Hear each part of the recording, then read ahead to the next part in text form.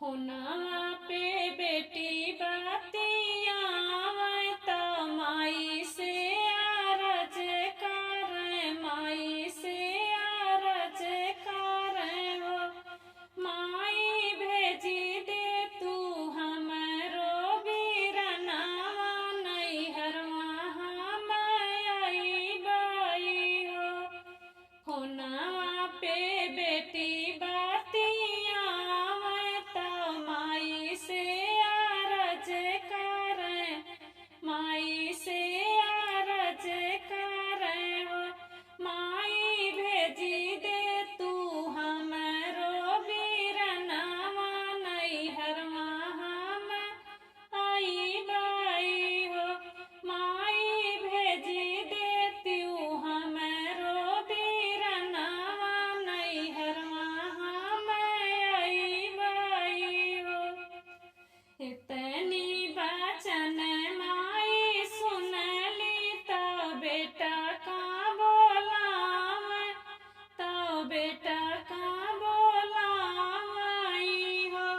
इतनी बचन माई सुनली तो बेटा का बोलावै, तो पुता का बोलावै हो। बेटा चला जाता बहिनी के देशवा, बहिनिया तोहरी आई हो। पुता चला जाता बहिनी के देशवा, बहिनिया तोहरी आई हो। घरमा से निकरी भौजिया बिरह बोलिया बोलै, बिरह बोलिया बोलै हो।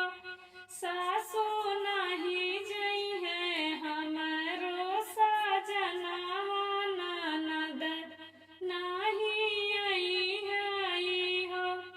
घरमा से निकरी भौजिया बिरह बोलिया बोलै, बिरह बोलिया बोलै हो। सासु नहीं जइहे हमरो सजनवा, ननद नहीं अइहै हो। सासु नहीं जइहे हमरो सजनवा, ननद नहीं अइहै हो। इतनी बचन माई सुनली तो बेटी समझावै, तो बेटी समझावै हो। इतनी बचन सुनी माई तो बेटी समझावै, तो बेटी समझावै हो। बेटी ससुरे में दुख सुख काट, नैहर